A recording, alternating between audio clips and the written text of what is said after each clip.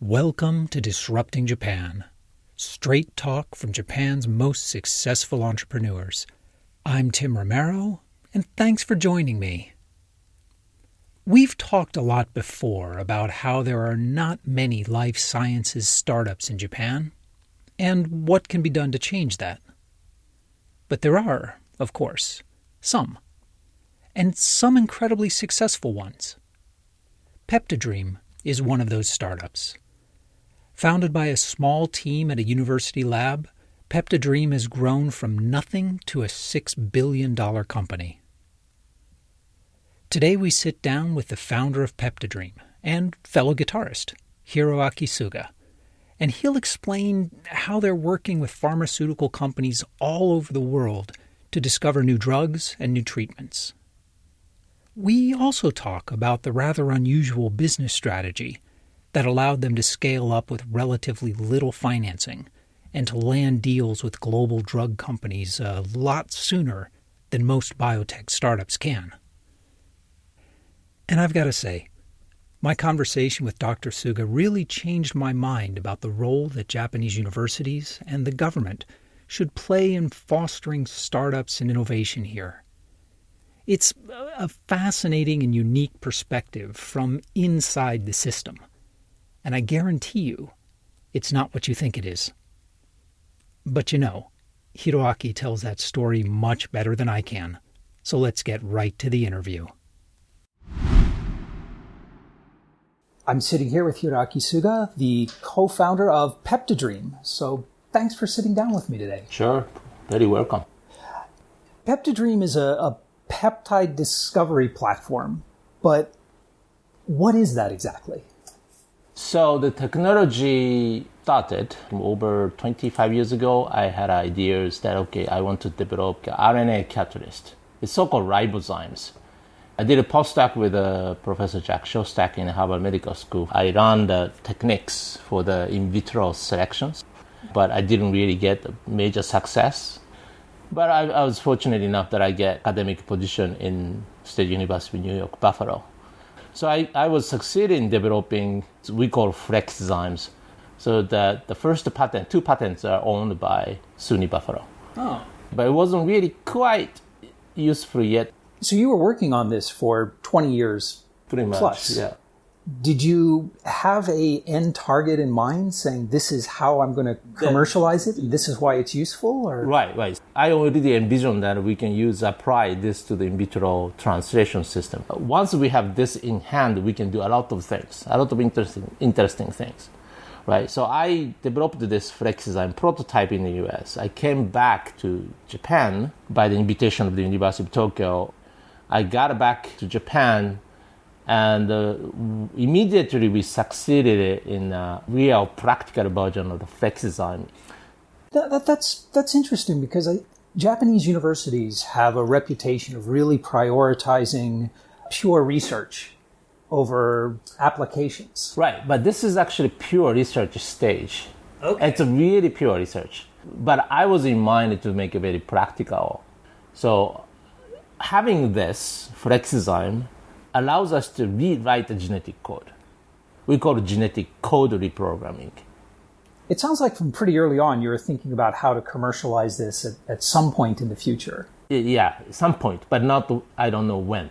I didn't know when. So was the drug discovery an early and obvious target, or was that something that... No, I was not interested in obvious target or anything. Mm-hmm. This is just platform technology. Okay. So idea is I want to rewrite the genetic code, but at the time peptides containing the amino acids that which you don't see in a protein, then I can mimic the secondary metabolites that various organisms like bacteria and fungus and yeast and whatever they make.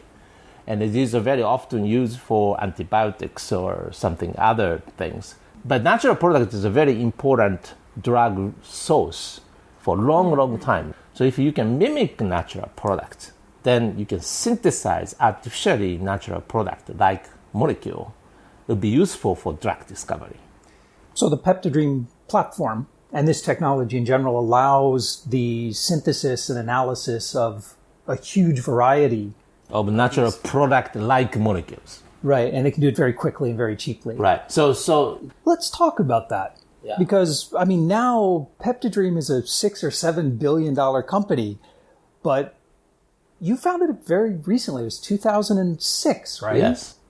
So back in 2006, you had a long, successful academic career. You had academic accomplishments and the proof of the value of the technology. Yeah. But how did the company come together? So I envision that, okay, if I further develop, I try to prove this system works for the drug targets. If I succeeded it, I'm pretty sure pharmaceutical companies will come to me to develop the drugs together. Mm-hmm. I didn't want to, because I know if I do with them, if I get something very nice product, and then I cannot publish. Okay. My mission in academic, we need to publish. If it's bad ones, maybe we can publish it. But if it's good ones, we cannot publish it. And I was really confident that we can get something really good ones. So how did you get that initial founding team together? I wasn't really intending to make a company, but I was disclosing patents through the, it's called Todai TLO, which is Technology Transfer Office in the University of Tokyo. They said, well, this sounds like really good technology, and are you interested in forming a company? I said, I may if I can find a good CEO. I don't want to be CEO. I don't think I can do CEO. Business is not easy. And so they started screening the people. I interviewed maybe 4 or 5 people. Then I found one, Kiichi Kubota. So before forming company, meeting with him many times, mostly drinking together, to know him very well. Otherwise, I cannot trust. Yeah. I developed a good friendship. I can see his vision. It wasn't easy that he said yes, but eventually he said yes, we do. That's a technology transfer office working exactly the way they're supposed to. Yeah. But exactly. Rarely the way they do. So were you worried that you would have to give up a lot of the academic research, or that the time demands would... No, that's why I need the CEO, right? If I start a company and by myself, it's going to take up the huge amount of the time. At the time, I was still research institute professor, so less duty from the institute or university duty. So I was much more time. And I was not quite famous at the time yet. But so you were really trusting the entire business side of the company to him? Yes. And you were just focusing on the technology. That's 100%. That takes a lot of trust. Yeah. That's why I did. I need to know him. Then also there's another important person, which is Patrick Reed, who is also CEO of the company now. He used to be a science director. He was also associate professor in a different lab. He's staying in one floor down of my floor. But we met each other in the faculty meetings. So we started talking, and I found that he is interested in starting a company. And I remember at the time, first time, before I decided to start a company, I said, it's going to be very tough in Japan. Japan is not a very good place to start a company. So is Patrick an American? He's American. I think that's got to be one of the biggest difference between American university professors and Japanese university professors. So many American science professors are dreaming about want to start a company, and so few Japanese do. I think all Japanese professors are also somewhat thinking about or hoping to do it, but they don't know how, and they don't understand how the business is, and they think they can do the business. That's a big. Yeah. I know I grew up in the family having a business, own business. I know how hard it is. One thing I'm curious, so you've got this really good team together that trust each other and you've got a foundation. But selling this technology, selling these projects, it's not like selling SaaS software. No. You're asking for really big commitments from pharmaceutical companies, from medical companies. How did you get that initial... Okay, so I'm an academic person. I have a lot of chance to deliver talks. I was invited in many conferences. At that time, I already started becoming a little bit more famous than before. I give talks in many conferences, and then always there are some people from pharmaceutical companies. And they heard my talk and they, wow, this is something new. So they started talking to me. So in startup terms, your lead generation was through academic conferences and yeah, wow, it's always bringing in the people. So all of the first early companies that who has contract, so some Japanese companies, all come through me. So was it easy? They might forget about this already. But, now it's gotten big. Yeah, they might forget about this. All comes from me. I directed all people to go to see Patrick Reed. And then they started discussing about how they make a contract to make a drug discovery process. This becomes building up the platform of the business model. I mean, now PeptiDream has an amazing list of clients from Bayer to Lilly to, sure. But early on, were the Japanese companies or the foreign companies more willing to work with you at first? Actually, foreign companies. Yeah. So Japanese companies are very skeptical to develop drugs of the peptides. I said, I want to develop the peptides drug. And most of the people said in the Japanese companies particularly, no, we have done it years ago. It never worked. It's very tough to get on the market. Do you think the reluctance was because of the peptide technology specifically, or more of a general culture? More like at that time is the peptides from the hormones, some other natural products that people have history of the peptides, a fragment of the protein can disrupt the protein-protein interactions or some kind of drug-like property. Never get hit to the market because instability, that the peptides are very easy to be digested in the body, in the bloodstream. And efficacy is not that strong. And then it's hard to develop the drugs from peptides because insolubilities, and very often they have to synthesize long peptides, and it costs a lot for that. So for the foreign companies that were willing to try it, was it because they hadn't tried it before, or that they were willing to try again? Yeah, they have done also same thing. So they have the same knowledge. But these relatively young people haven't really exposed that much of the bad experience. Japan is probably, even the young people wants to do it. That's true. They wanted to do it. But if we go up to the getting money, and these are people who have done, said, no, it's not going to work. Foreign companies, a little different structure. And if it's technology is there, they might become interested in. That's probably the importance for the foreign companies, a little bit more aggressive, try to do something new. Testing new thing is like their culture. And Japanese companies are less aggressive in the sense. They were interested in too. That's why we had some Japanese companies. But its attitudes are very different from the research level to the up level. I think it's foreign companies, a little bit of research level, even they're still younger people compared to the Japanese system. There tends to, so this is something new, maybe we can give it a try, like if it's not a huge amount of money. In the PeptiDream in the beginning of the contract was not so expensive.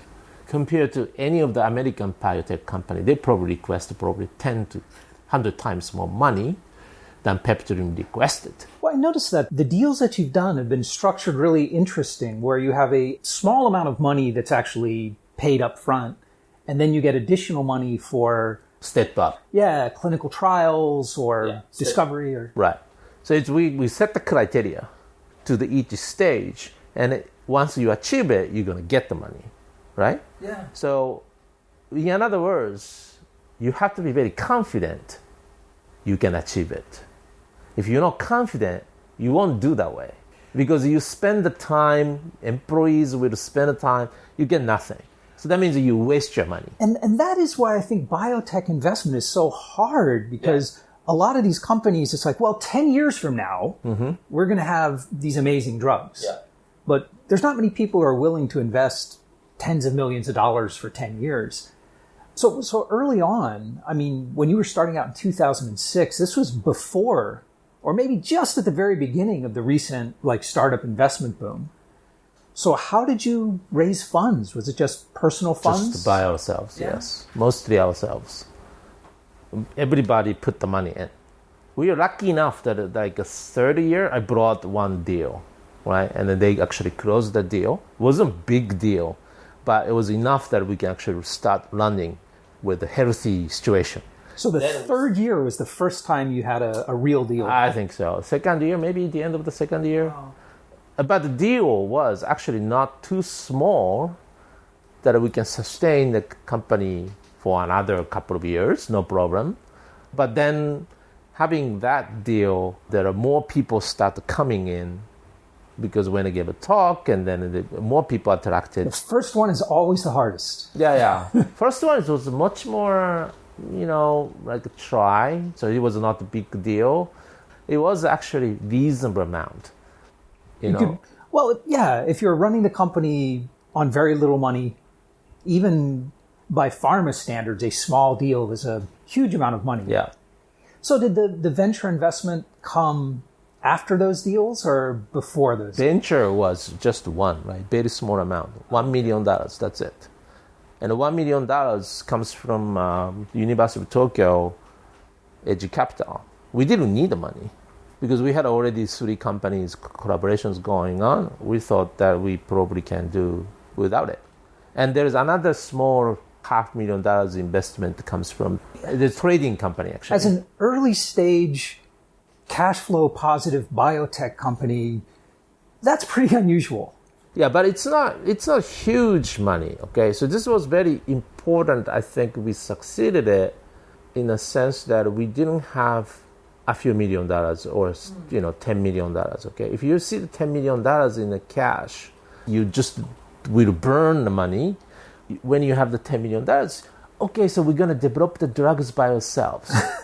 They misunderstand what the biotech startup can do in Japan, not in the US, in Japan. So it kind of gave you that focus. Right. So we really needed to develop the technology and then collaborate with the big farmers with the several pipelines, not only one.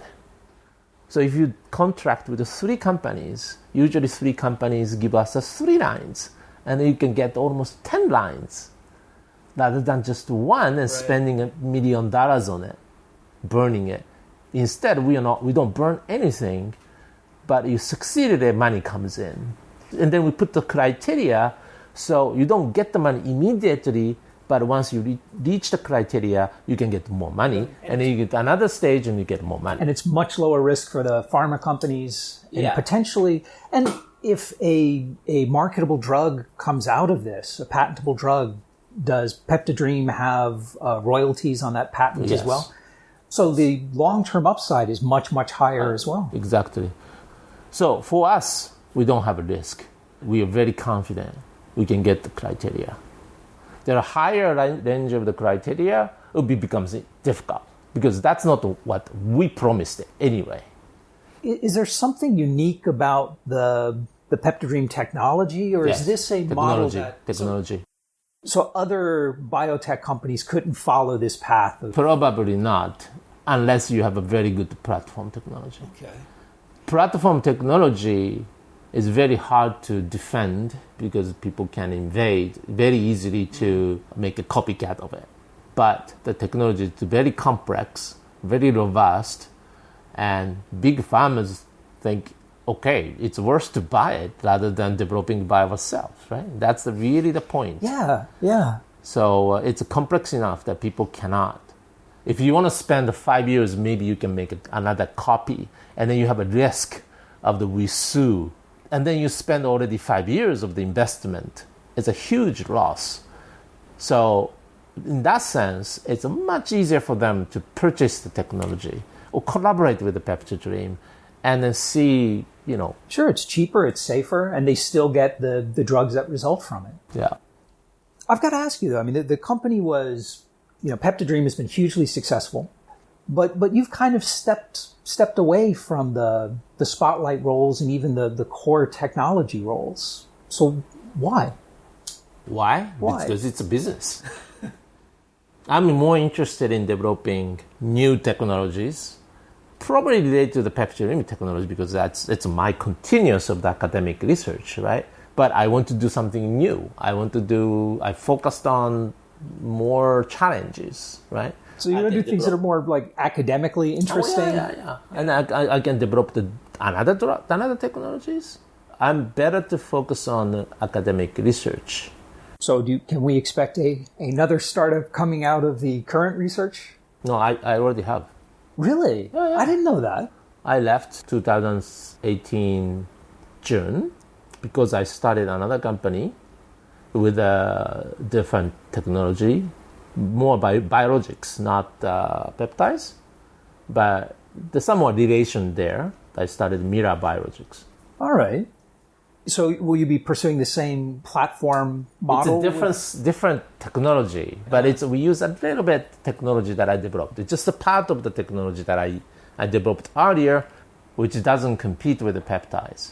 But the sort of the business plan of saying we're going to use only a little bit of money. Very similar. Similar? Yeah. It's a little difference is now I have enough money that I invest by myself, a larger amount of money than before. Well, that's true. Yeah, the IPO helped. Yeah. But okay, as someone who has founded 2 biotech startups in Japan, why do we see so few biotech startups coming out of Japan? We've got world-class universities here. There's big venture capital. There's a big pharma industry here. Why don't we have a more robust? There are several reasons. The first one is far less strength of the venture capitals. Venture capitals are not investing money to the risky companies. Biopharmas is at the highest risk. Yeah. Right? The pharmaceutical companies are much higher risk compared to developing a software. That's true. Like a business software, after 6 months, you know if it's working or not. Exactly. But there's a drug companies, it's a much more long term that they have to commit, and they have to wait, and they can't wait, and they don't have enough money to wait. Okay, and the culture that they can wait. Yeah, so that's the biggest problem because younger culture of the investment means that they are not mature. So they don't see what the potential in 10 years. They are actually looking at 5 years, right? And there's U.S.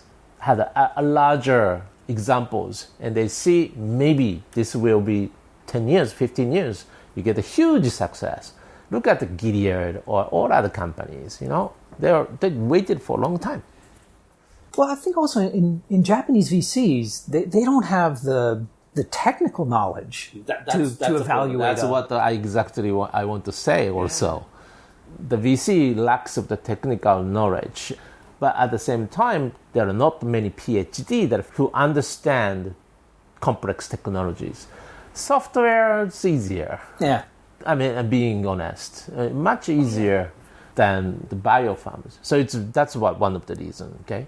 And the second reason is Japanese society itself prefer to go to the largest companies. Larger companies are stronger. Like let's say, for example, all my students go to the larger companies. They all go to the big farmers. They don't go to the PeptiDream. Is that risk-averse problem again? It's not risk. I think they don't think about risk, but they think, because PeptiDream is no risk now. Yeah. Almost no risk. So big farmers is a much more known name and to parents, for instance, right? Right. So easy to say, so that's the society has a little issues of going to the smaller company. And then also large companies are not very much interested in helping smaller companies. That's the cultural problem in Japan.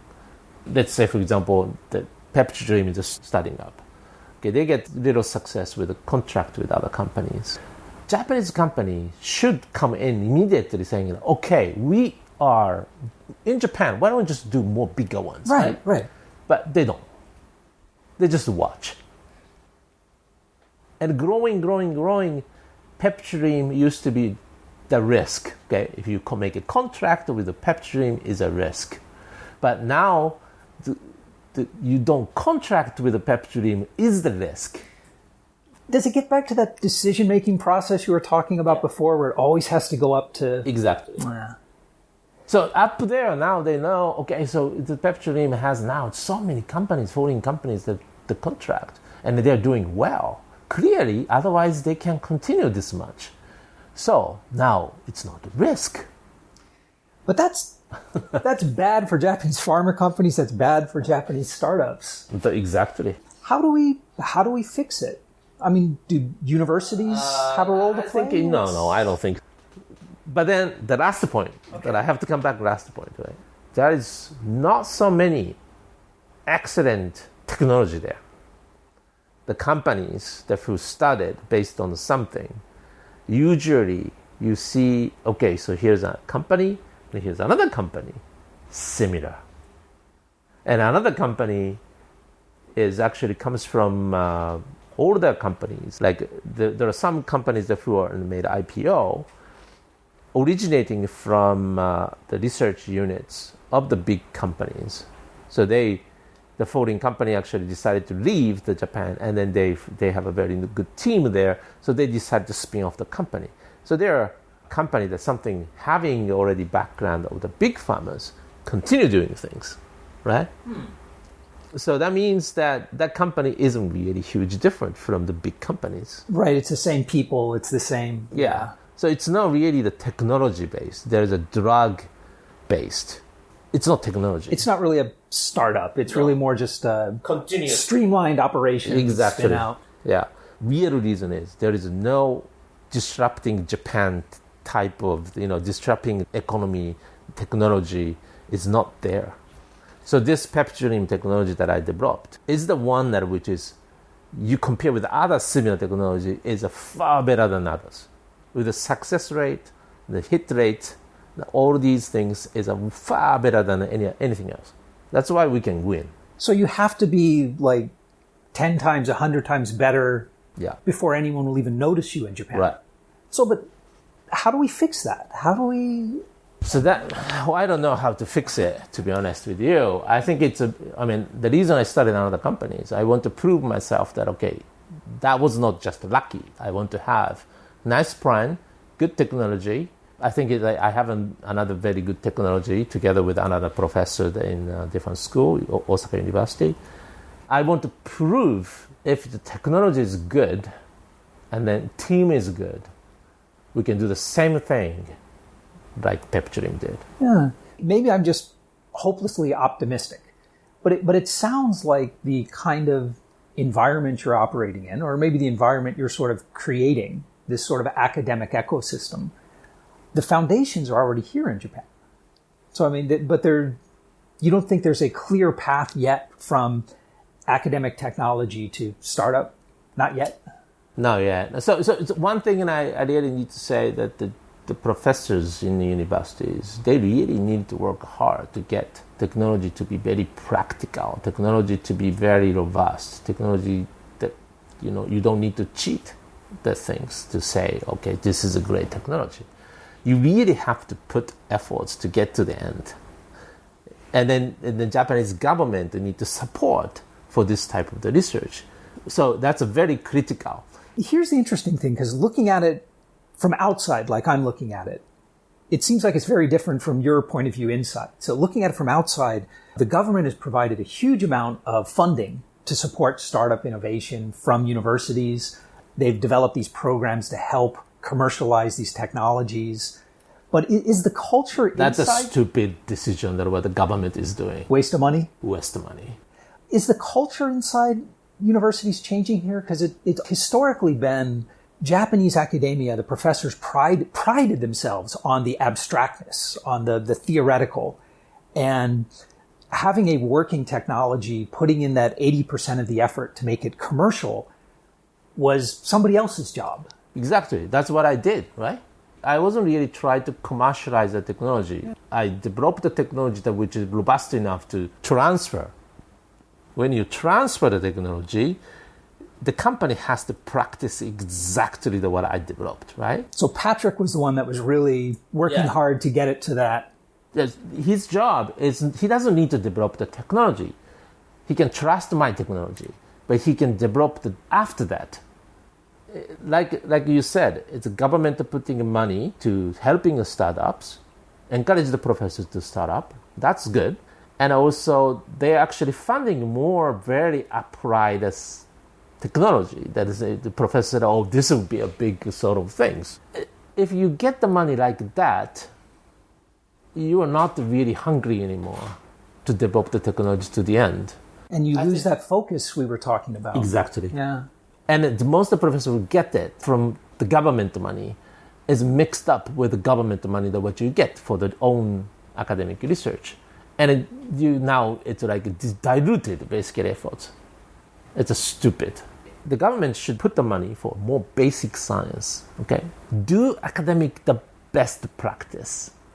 And then when you reach the point that, okay, maybe this can be a business, form the company by yourself, and then the capital money goes into that, developing something. So the government money is not supposed to do that capital money kind of things. It's better to go focus on the research. So there needs to be a much clearer division between the pure research and the money for commercialization. That's what it is. So government is making a huge mistake. That's my opinion is. I mean, it's... No, but I mean, that might explain why, despite the huge amount of investment, there's been very few successful biotech startups. Yeah. Most of the people misunderstand because it's the PeptiDream success. I automatically get research money from the PeptiDream. I have never had research money.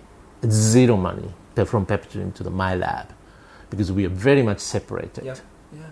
So a clearer distinction about what's research, what's business. Yeah. Well, listen, Hiroaki, before we wrap up, I want to ask you what I call my magic wand question. And that is, if I gave you a magic wand and I told you that you could change one thing about Japan, anything at all, the education system, the way venture capital is financed, the way people think about risk, anything at all, to make it better for innovation and startups in Japan, what would you change? God, this is very difficult. It's kind of a fun one. Its truth is it's so complex. Universities in Japan is very complex. So I don't think one magic thing would work. But the government should make research funds to the more basic science. This is all the other professors who got Nobel Prize is saying it. But I'm not saying this the same way.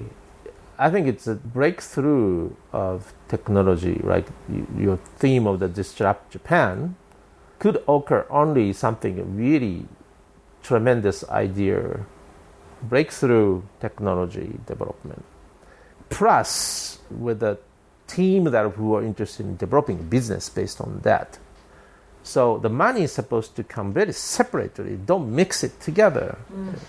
So one thing really I want the government giving the more money to the basic science, okay? Professors know if they want to develop something commercial out of this technology. Now you need to have teams of these people who can really do investment and then also forming a team to bring the business. If that happens, great. But, again, I said it's not one magic thing. It's like it has to be multiple. So the ideal situation would be a really well-funded basic research. And then when truly revolutionary, truly important technology comes out of that, you need much less money to commercialize and to promote it. Right. That's what I think. I think it's a stupid idea is there are not many such technologies. Okay. Yeah, there are not many. Yeah, not many. Very few technologies are really disruptive. Yeah. So that's why, you just need to put all money into basic science to develop such potentials. And then it's maybe only 10 or maybe 5 or maybe 3 comes out of it. Yeah, but you only need a couple every decade, right? Yeah. Of something that's truly, truly disruptive. Exactly. That means 1 in a year, right? That's very good enough. They can pitch to not the government, to the investors. The investors will look and they can decide. They're not stupid. Yeah, I think maybe the problem is almost startups have become too popular and too trendy. And so governments and large companies are more willing to put money into startups than they are into basic research. So it's, again, I said, PeptiDream has no money from the government. I'm very proud of it. Yeah. You can succeed without the government money. I need the government money for doing research, basic science, and developing technology. But this is nothing to do with the company. Once you get it, you spin off, never touch the government money. And you're on the path of doing that again with your new company. Yes. And maybe that'll provide a kind of a blueprint or a roadmap that that's what other biotech companies I'm interested in. But well, I hope to see that. So it's a problem is, okay, so PeptiDream, okay, yeah, it's a good success, but and it's really unique that what you've done. But that's just a matter of the back, you know. So do it again. So, well, listen, thank you so much for sitting down. Thank you very much. And we're back. Hiroaki's explanation of the decision-making process at large Japanese companies was pretty much perfect. I mean, I've been selling new technology into Japanese enterprises for the past 20 years and across quite a few industries. And he's right. Great innovative ideas get adopted or even invented by younger employees. But middle management at most Japanese companies has very, very limited decision-making power. The real decisions are made higher up, by people who don't really understand the new technology, or often even the problem it's trying to solve. From a sales perspective, this just means a longer, more consultative sales cycle. But this is hurting Japan. It's causing some of Japan's most powerful companies to fall further and further behind. But I think Hiroaki's insights into the role that university and government funding should play in the startup ecosystem were the most interesting. And it's something we discussed in even more detail after the interview. And yeah, I'm sorry about that.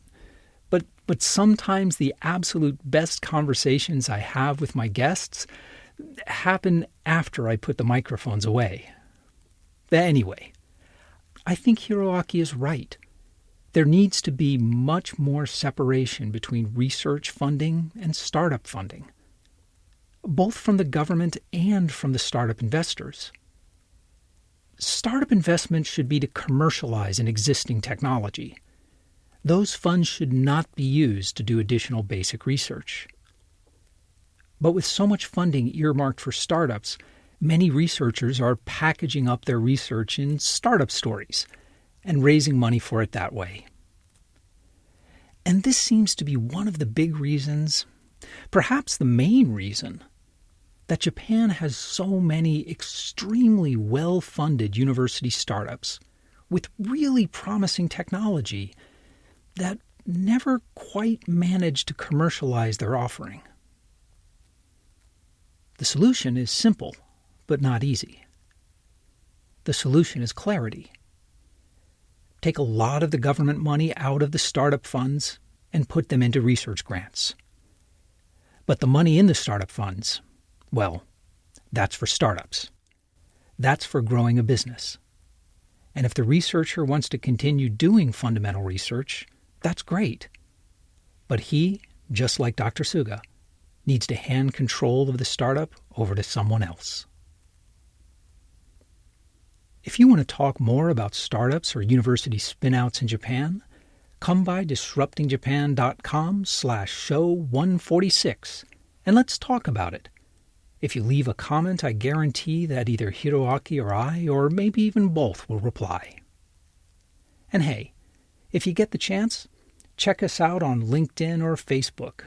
But even better, if you like the show, tell people about it. Disrupting Japan has grown not by social media marketing or advertising, but because listeners like you enjoy it, and they tell their friends about it.